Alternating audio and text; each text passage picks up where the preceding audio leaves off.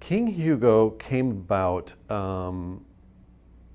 well, I wanted to try something totally different. I wanted to set a book in a totally different setting. I had done a lot of books that sort of like this had a sort of a retro feel, this sort of 50s, 60s feel.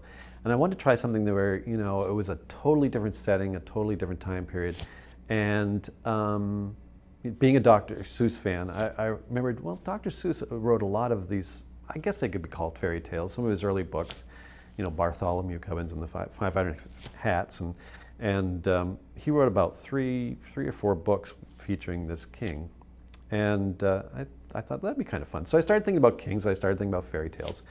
But I also recalled a character that was in The Circus Ship, which was a couple books before that. And that was the villain of the book, which it was the first time I'd added a villain or a sort of bad person in a book. And his name in The Circus Ship is Mr. Payne.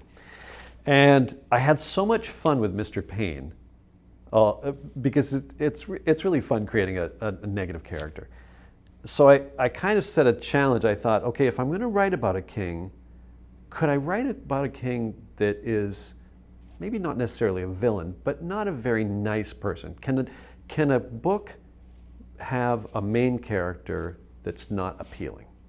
And I thought, well, that's kind of interesting. I think I'm going to challenge myself by doing that. And so that's how King Hugo came to be, King Hugo's Huge Ego, because he's a very arrogant, very short king, and he just rules supreme, and people don't really like him. But then, if you've read the book, he learns his lesson in a truly grotesque manner, I might add.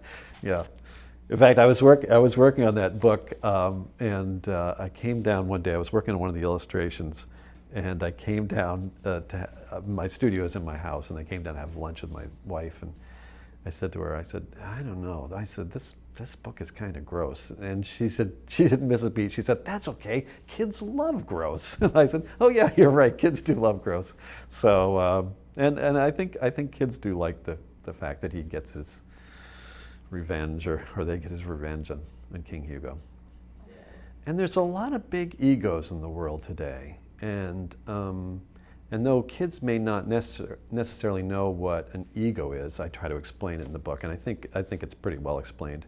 There are so many people in our culture and in our celebrities walking around with pretty healthy egos that hopefully it'll teach kids that having an inflated ego is probably not an attribute or a positive attribute.